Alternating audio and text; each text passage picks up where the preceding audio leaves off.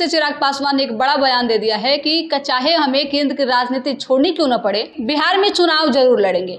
अब एक बार फिर से सवाल वही कि जिस तरीके से 2020 में चिराग पासवान चुनावी मैदान में उतरकर जदयू का खेल बिगाड़े थे, एक एक करके बात करेंगे। हमारे साथ जदयू के प्रवक्ता हेमराज राम हैं। सर, चिराग पासवान बिहार की राजनीति करने की इच्छा जता रहे हैं, जदयू पे इसका क्या असर पड़ेगा? देखिए, प्रजातंत्र है, सब लोगों का अधिकार है चुनाव लड़ने का या राजनीति में अपने कर्तव्यों का निर्वहन करने का।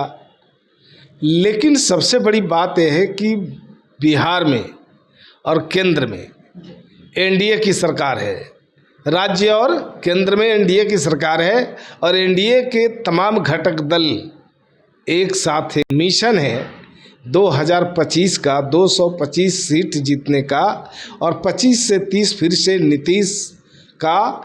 इस मकसद को प्राप्त करने के लिए तमाम घटक दल के नेता, कार्यकर्ता सभी लोग अपने अपने क्षेत्रों में मजबूती के साथ काम कर रहे हैं।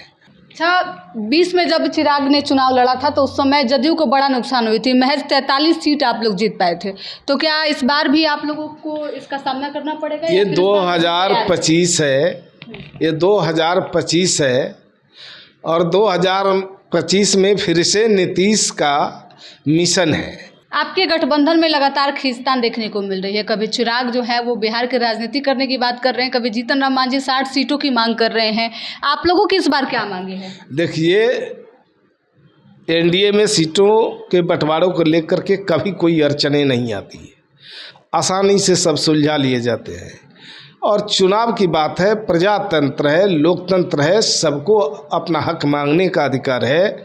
लेकिन एनडीए में सीटों को तालमेल को लेकर के, संख्या को लेकर के कहीं कोई कंफ्यूजन नहीं होता, कोई दिक्कत नहीं आती। विपक्ष तो कह रहा है कि लगातार सिर्फ फुटबॉल लगा हुआ है आपके गठबंधन में। देखिए, हमारे गठबंधन में, एनडीए गठबंधन में किसी तरह का कोई सिर्फ फुटबॉल नहीं है, बल्कि सब आपस में एकजुट हैं और अपने मकसद की ओर तेज़ी से आगे बढ़ रहे हैं। ऐसा तो महागठबंधन में है कि कांग्रेस आरजेडी को नेता मानने के लिए तैयार नहीं है और आरजेडी कांग्रेस को नेता मानने के लिए तैयार नहीं है।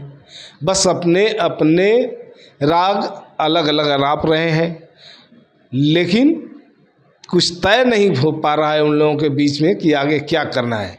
लेकिन एनडीए में सब कुछ साफ है, कंप्लीट है। यानी कि चिराग से इस बार जदयू को कोई डर नहीं है? किसी को किसी से कोई डर नहीं है, सबका मिशन एक है और सब लोग अपने मिशन पर काम कर रहे हैं।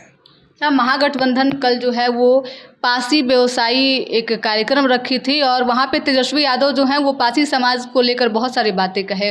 बोले हैं कि अगर सरकार बनाते हैं तो ताड़ी एक बार फिर से शुरू कर दिया जाएगा और मद्य निषेध विभाग से जो है इसको अलग कर दिया जाएगा। देखिए, ये लोग सरकार में नहीं आ सकते हैं तो इसलिए लंबी चौड़ी बातें कर रहे हैं। जब इनके माता पिता सरकार में थे बिहार में, तो उस समय दलितों की क्या हालत थी।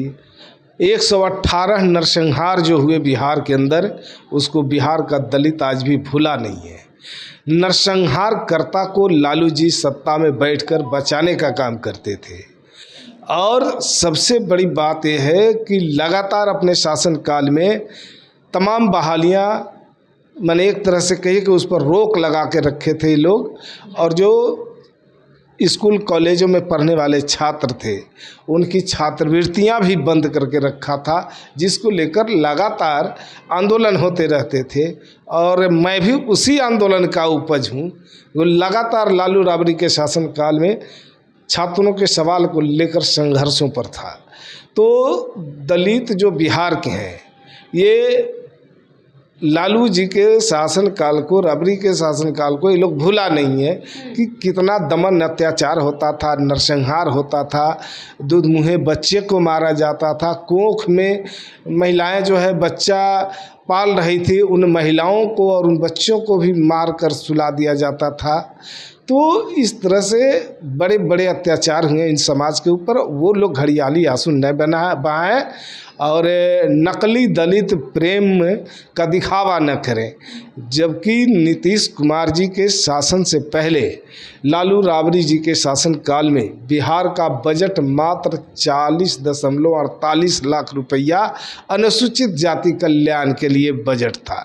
लेकिन आज अनुसूचित जाति जनजातियों के कल्याण के लिए जो बजट है, जो नीतीश कुमार जी के सुशासन में जो बजट मिला है, वो 2120 करोड़ रुपए का बजट है।